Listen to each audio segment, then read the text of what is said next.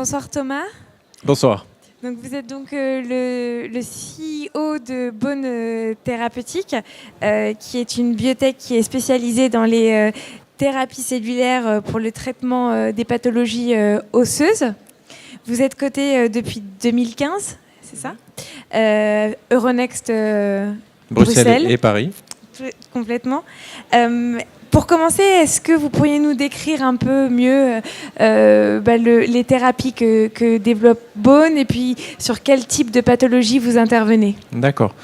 Alors, effectivement, ce qu'on fait, c'est de la thérapie cellulaire pour les maladies osseuses et l'orthopédie, c'est-à-dire que nous fabriquons des cellules qui forment l'os, des cellules ostéoblastes, à partir de cellules souches qui proviennent de la moelle osseuse. Et cette moelle osseuse provient soit du patient lui-même, soit d'un donneur sain.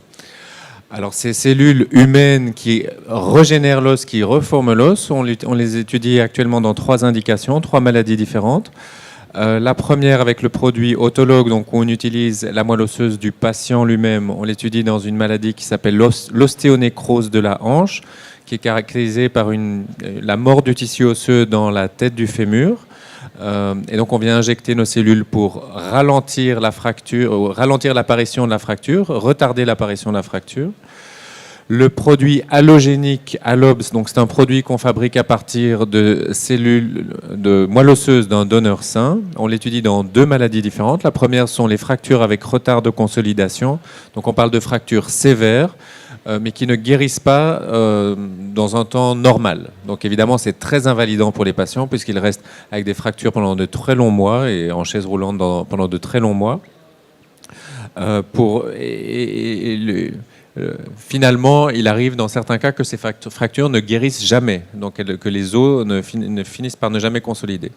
Et la deuxième indication, la deuxième maladie, ou la deuxième application, c'est dans la fusion vertébrale lombaire.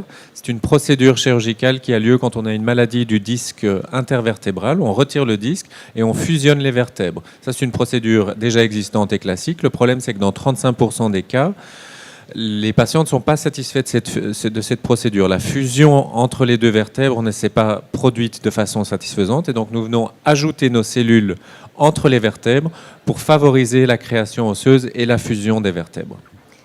Très intéressant. Est-ce que vous voulez nous en dire un peu plus par rapport à votre développement clinique sur ces 2 indications? Où en êtes-vous aujourd'hui et quelles sont vos prochaines étapes clés de développement? Voilà. Alors si on prend les indications les unes après les autres, la première c'est l'ostéonécrose de la hanche avec le produit autologue où on utilise la moelle osseuse du patient. Là, nous sommes dans une phase 3, donc c'est la dernière phase avant la commercialisation. Nous attendons les résultats de l'analyse intermédiaire dans la 2e moitié de 2018. Sur base de cette analyse, il est possible qu'on puisse arrêter le recrutement de cette étude si les résultats sont suffisamment bons et déjà très prometteurs avec ce nombre de patients. Ça, c'est pour l'ostéonécrose de la hanche.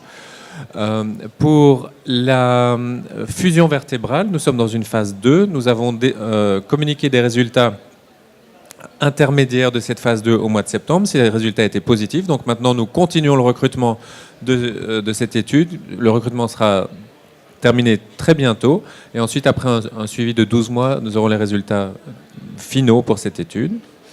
Et finalement, pour les fractures avec retard de consolidation, nous sommes également dans une phase 2. Nous avons également communiqué les résultats intermédiaires de cette phase 2 au mois de septembre.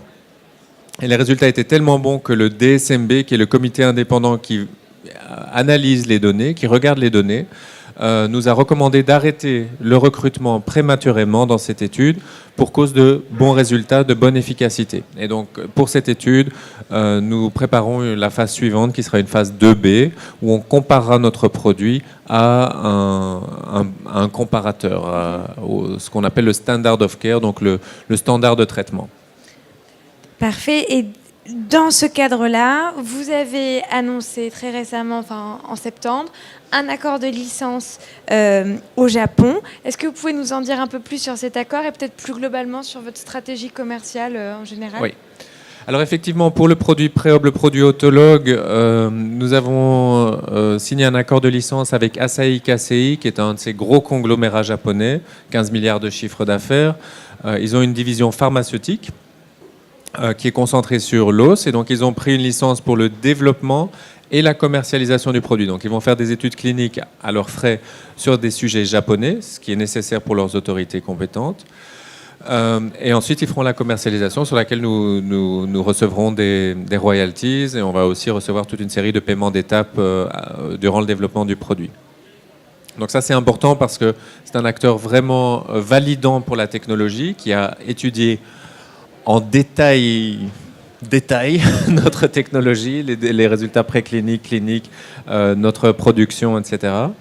Et donc c'est important d'avoir quelqu'un qui s'y connaisse très bien pour commercialiser ce produit. Ailleurs dans le monde, nous sommes aussi en train de discuter avec toute une série de partenaires potentiels pour la commercialisation. Si je prends les États-Unis, bien évidemment, il sera tout à fait préférable de trouver un partenaire qui pourra éventuellement faire une partie du développement avec nous dans ce pays, mais aussi la commercialisation. Il y a des gens qui sont bien sûr très spécialisés dans la commercialisation des produits dans le domaine orthopédique. Vous avez donc, vous nous annoncez donc des résultats de phase 3 pour votre, pour le produit autologue. Exactement, pour le second trimestre 2018. La deuxième moitié 2018. Oui. Vous avez également annoncé donc que vos trésoreries actuelles vous permettaient de couvrir vos besoins de financement jusqu'au T2. Quels sont finalement vos projets futurs pour le justement pour ce second semestre 2018 qui va lancer non seulement probablement peut-être la suite de la phase 3 pour cette indication et la poursuite de vos différentes études cliniques par ailleurs. Oui. Donc effectivement, on a notre trésorerie nous permet de couvrir nos besoins jusque dans le courant du deuxième trimestre 2018. Évidemment, on va refinancer l'entreprise pour nous permettre de continuer à développer nos produits.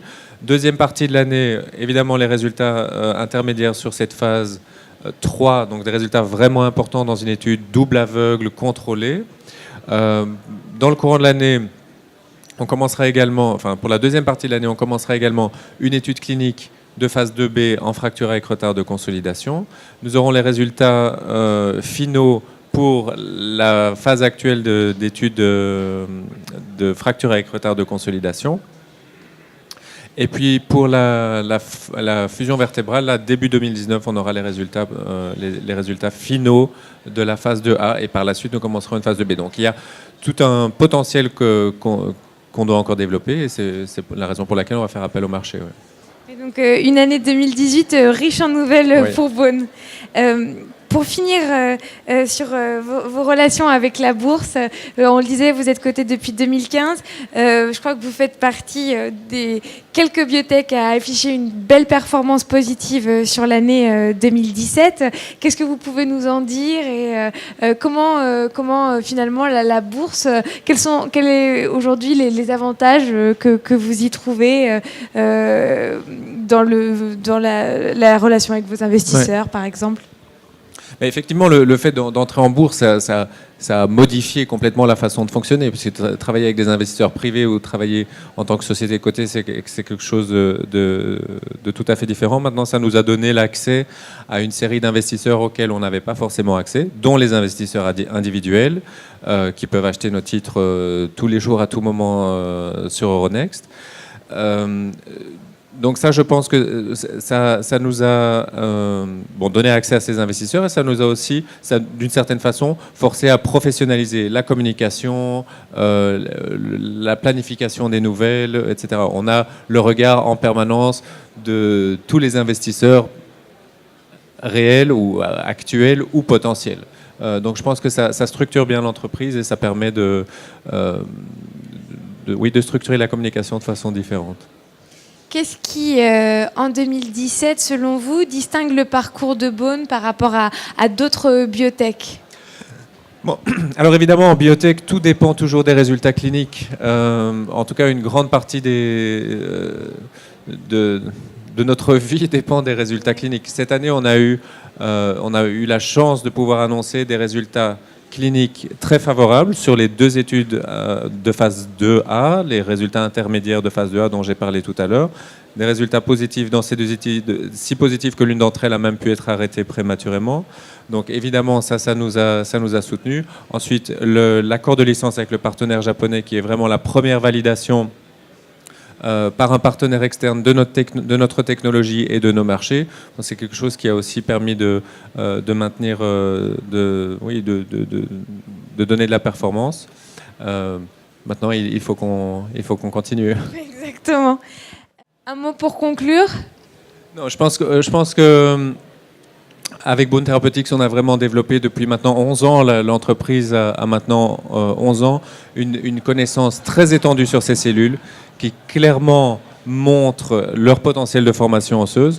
Maintenant, il nous faut évidemment de l'énergie et du temps pour prouver aux autorités que cela fonctionne dans les humains. Je pense qu'on arrive avec une thérapie qui change véritablement la façon dont on traite les patients en orthopédie. Il faut savoir qu'en orthopédie, il y a très peu d'innovations. Les seules innovations, ou la plupart des innovations, c'est dans le matériel médical où les innovations sont parfois incrémentales. Donc je pense qu'on amène quelque chose qui va vraiment changer la façon de traiter les patients, qui est un peu de la science-fiction, où on reconstruit, le corps se reconstruit. Il y a beaucoup de potentiel dans les indications sur lesquelles on est en train de travailler, mais aussi beaucoup de potentiel dans des indications futures. Encore une fois, beaucoup de patients de ces marchés qui sont très grands ne sont pas bien servis, ne sont pas bien traités et très souvent doivent attendre de longs moments avant de voir leur os se réparer, etc. Donc beaucoup de patients en attente de solutions, un marché très grand, des solutions qui ont l'air de fonctionner et finalement une plateforme allogénique, comme j'en ai parlé, où on produit les cellules à partir d'un don de moelle osseuse, c'est-à-dire qu'on peut produire un produit qui est véritablement presque un produit pharmaceutique. On prend les cellules, on prend la moelle osseuse du donneur, on fabrique les cellules, on congèle le tout et quand on en a besoin, on l'utilise. Ça, c'est vraiment l'avenir de la thérapie cellulaire, où on a un produit prêt à l'emploi quand on en a besoin. On met beaucoup d'efforts là-dessus pour développer cette plateforme cellulaire et faire en sorte qu'elle soit véritablement commercialisable à des prix qui soient remboursables par les autorités.